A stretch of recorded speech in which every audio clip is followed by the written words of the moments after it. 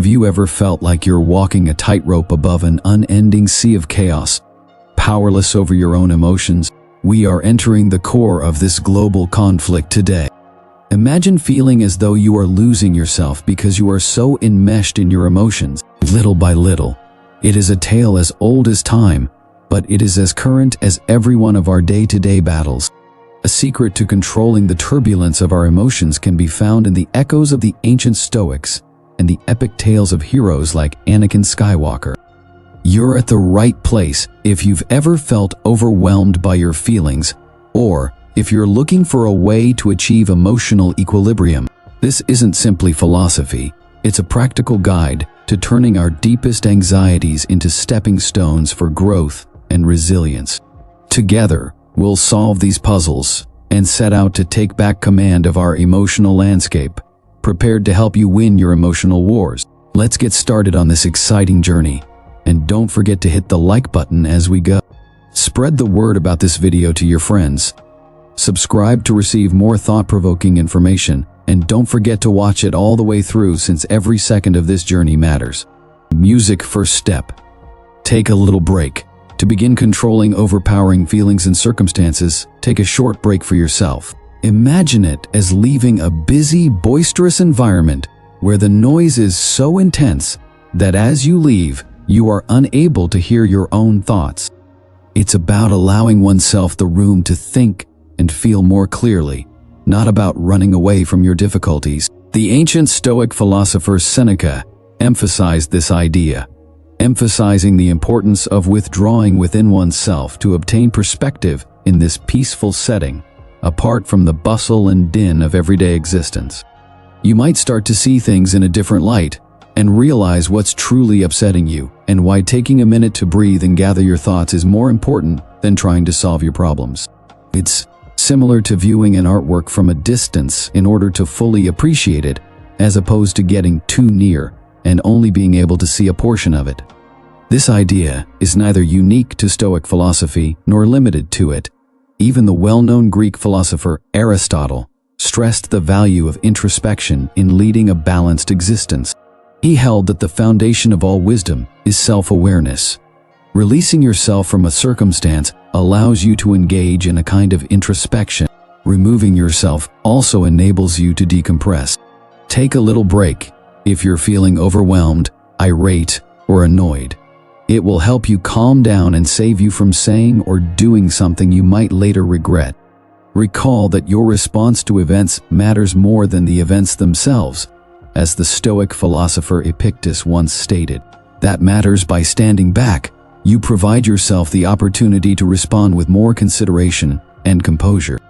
It's critical to realize that taking this step is a sign of strength and wisdom rather than of weakness or giving up. It takes bravery to admit when you need a break and to allow yourself to have one. Another Stoic philosopher and Roman Emperor, Marcus Aurelius, wrote extensively on the value of knowing and controlling one's own thoughts and feelings. He thought that rather than the circumstances themselves, our responses to them have a bigger influence on our pleasure. Step 2. Consider your reasons for taking a step back. The second essential step is to give it careful thought as to why you are taking this move. After you have taken a minute to stand back, it's similar to having to choose which way to steer in as a ship's captain. Every choice you make will determine where you end up, since you are in control of your path. This is a time to reflect on your life and consider how different individuals and circumstances have impacted you. Epictetus, the Stoic philosopher and man of practical knowledge, highlighted the value of surrounding oneself with positive influences in our life. He urged us to consider the associations we have and to select those that will best enable us to become the finest versions of ourselves. Therefore, you should pose some important questions to yourself at this step. Does this person or circumstance help me grow, or do they hinder my progress?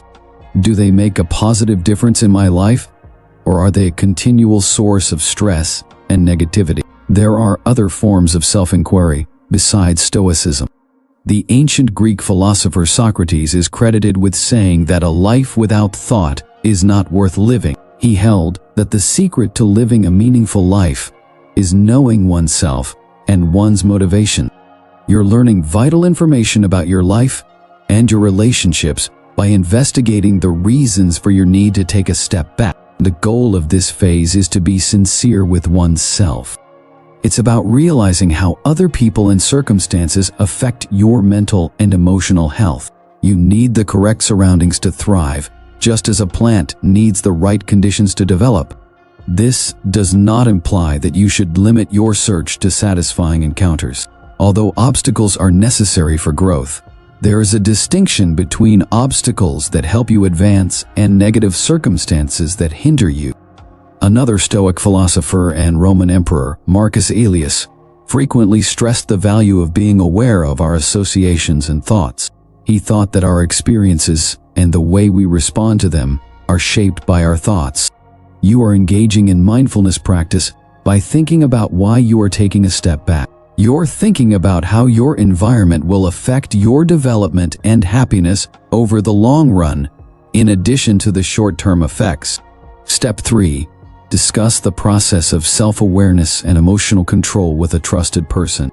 When you're caught up in a maze of emotions or a perplexing circumstance, it's imperative that you seek advice or just have a conversation with someone you can fully trust.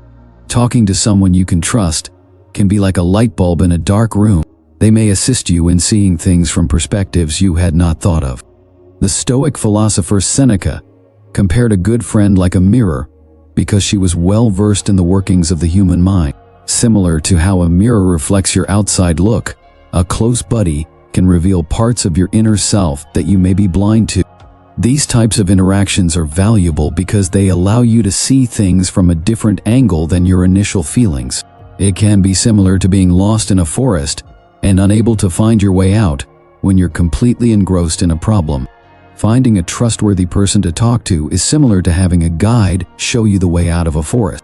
They can provide insights or just listen to you, which can be immensely helpful in and of itself, and help you navigate through the confusion and emotional turbulence.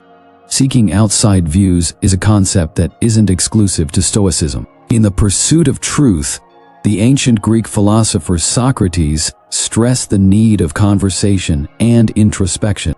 He thought that we might learn more about ourselves and our circumstances by asking questions and having discussions. Similarly, when you talk to someone you can trust, you start a process of exploring your own feelings and thoughts in addition to the circumstance. Furthermore, it's critical to pick your conversation partners carefully. The ideal candidate would be someone who can relate to you, listen to you without passing judgment, and provide thoughtful, useful ideas within the framework of Western philosophy. Aristotle discussed the value of friendship and how it contributes to leading a morally upright life. He thought that genuine friends support and nurture one another. Step 4. Give your emotions some boundaries. Being able to control our emotions is essential to leading a happy and healthy life. It's critical to realize that emotions are a normal and inevitable aspect of life, much like ocean waves. While there is nothing we can do to stop these waves from occurring, we can learn how to go through them safely. Epictetus, a Stoic philosopher, profoundly said that our understanding of events disturbs us, not the events themselves. This demonstrates the control we have over our feelings. Consider the emotional range that is you. There are tremendous, overpowering emotions on one end and serene, soft feelings on the other. It's common to feel all across this spectrum, but the important thing is to keep your focus and avoid letting your strong feelings lead the way. It goes without saying that you should be aware of and cognizant of your feelings, but you should also establish boundaries so that they don't control your behavior. This idea that we should be in charge of our responses rather than our feelings is also present in Western philosophy. For example, Plato talked about the concept of the charioteer who had to restrain the lusts and desires of the horse. This metaphor does a wonderful job of explaining the idea of not letting our emotions control us, but rather using reason and understanding to guide them. Setting boundaries for your emotions also entails identifying them, comprehending their origin, and choosing a deliberate response, rather than repressing or denying them. This is where the insight of another Stoic philosopher and Roman emperor, Marcus Aurelius, comes into play. He was a firm believer in the ability of the mind to construct an inner stronghold where one can preserve composure and reason regardless of external circumstances. It's about striking a balance, allowing yourself to feel all of your feelings without letting them consume you. You can learn to modify how you react to your emotions, much as a seasoned sailor understands how to navigate through severe seas by altering the sails and not fighting the wind. It involves learning to identify when an emotion is taking over, and then softly but firmly regaining control. Step 5. Consider the outcomes before making any big decisions, particularly ones that require you to distance yourself from someone or become emotionally detached. Prior to making a decision that could change your life or your relationships, you should carefully consider the possible outcomes. Consider what will happen if you follow through on this choice. Point me in the direction of serenity and self-improvement, or might it lead to regret and missed chances? This phase entails contemplating the long-term consequences of your actions in addition to the current ones. The Stoic philosopher Marcus Aurelius, well known for his insights on self-control and introspection, frequently stressed the value of foresight and held that rational thought can effectively navigate life's complex issues. By imagining possible outcomes for your actions, you engage in a process of rational evaluation, which is essential for making informed decisions. This thinking is about realizing how your choices affect people around you, as well as your own interests.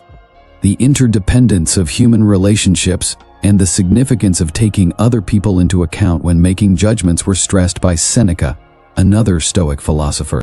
When considering cutting ties with someone, consider the impact it will have on both of your lives. Will all parties benefit from this choice, or may it lead to needless suffering or miscommunication in the field of Western philosophy? Aristotle's theory of the golden mean, which promotes striking a balance between two extremes, can be used in this situation to help you make decisions. Especially when making emotional decisions, try to find a medium ground that respects the authors and your well-being. It's about figuring out a route that enhances your life while avoiding unnecessary damage. Additionally, thinking back on previous encounters can be a very helpful tool in this process. Recall instances in which you were required to make comparable choices and weigh the results. What knowledge gain did you gain? What effects did those choices have on your relationships and life? Utilize these contemplations as a guide to direct your present decision-making procedure. Give social media a rest. One of the most beneficial things you can do in the modern world for your mental and emotional health is to take a short break from social networking sites like Facebook, Instagram, Twitter, and others. These platforms are now an essential part of our everyday lives, but they can also be overwhelming with information and a source of stress and anxiety. Consider social media as an unceasing deluge on a serene lake. Every update or notification could be a drop of rain interfering with your mental tranquility.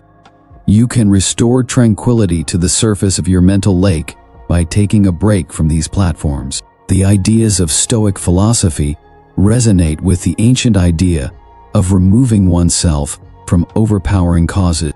Roman emperor and Stoic philosopher Marcus Aurelius talked on the value of preserving inner serenity and not letting outside events upset it. He felt that we should let go of the things we cannot control and concentrate on the ones we can. Though we may not have any control over the never-ending supply of content on social media these days, we do have some control over how we interact with it while taking a social media vacation. Concentrate on the things that make you happy and calm. This could be anything from engaging in a pastime, reading a book, going on a nature walk, or just taking time to relax. The secret is to do things that give you mental energy instead of taking it away. This is consistent with Aristotle's idea of eudaimonia, which is a state of being centered on accomplishing the ultimate human good and leading a life of virtue and contentment. It's possible to reestablish a connection with yourself and your immediate environment by taking a vacation from social media. It is simple to immerse oneself in the virtual world and forget about the real lovely parts of life that are right in front of us. In the context of social media, another great philosopher, Plato, stressed the need of comprehending the reality that is all around us rather than the shadows and reflections that we can mistake for reality. This entails taking a step back to appreciate and interact with the real world instead than the carefully manicured and frequently distorted internet depictions of life. Step 7. Pay attention to what you actually require. Focusing on what is truly necessary for your happiness and development is the last and possibly most important stage in regulating your emotional well-being. This level involves self-reflection and determining what feeds your spirit and soul. Think of your life like a plant.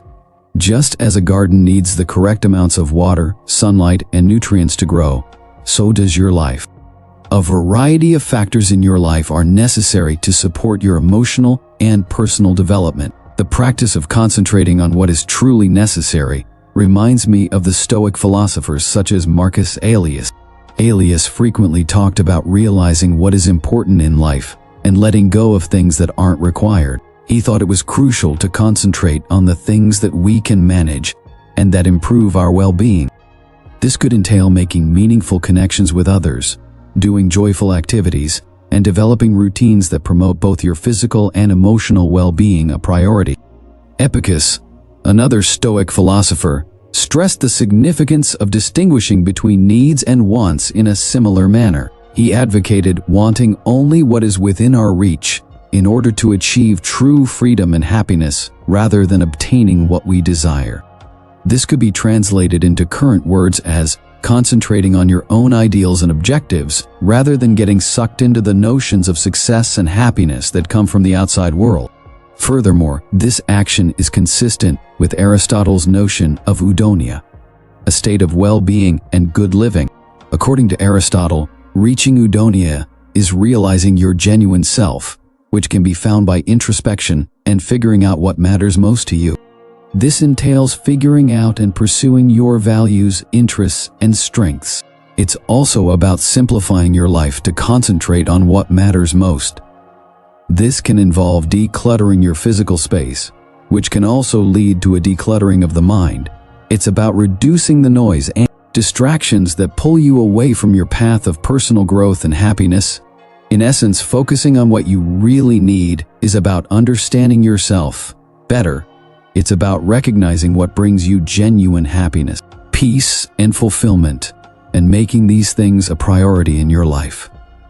This is not a one-time task, but an ongoing process of self-discovery and growth. As you evolve, your needs might change, and it's important to be flexible and adaptable in your approach. Remember, by nurturing your personal garden with what it truly needs, you pave the way for a life that is not just lived, but well lived, rich in personal growth and fulfillment. As we wrap up our journey together today, remember that the path to emotional well-being isn't just a series of steps. It's a lifelong voyage of self-discovery, growth, and resilience. Each moment of self-reflection, each decision to focus on what truly matters is a step towards a more fulfilled and peaceful you. As you continue to navigate the huge ocean of life, remember that your life, like a wonderfully unique garden, depends on the love, understanding, and wisdom you give it. Remember that you have the fortitude and resources to successfully negotiate even the roughest waters, and hold these lessons close to your heart. I now urge you to view one of the playlists on the screen if you want to delve even further into this sea of wisdom and self-discovery. Every video serves as a guiding light to help you progress on your journey toward emotional mastery and personal development. Select the playlist by clicking on it. Go on with your voyage, and let's develop together. Keep in mind that every step you take toward learning and comprehension is a seed of wisdom waiting to blossom in the garden of life. Thank you so much for watching Stoic Energy.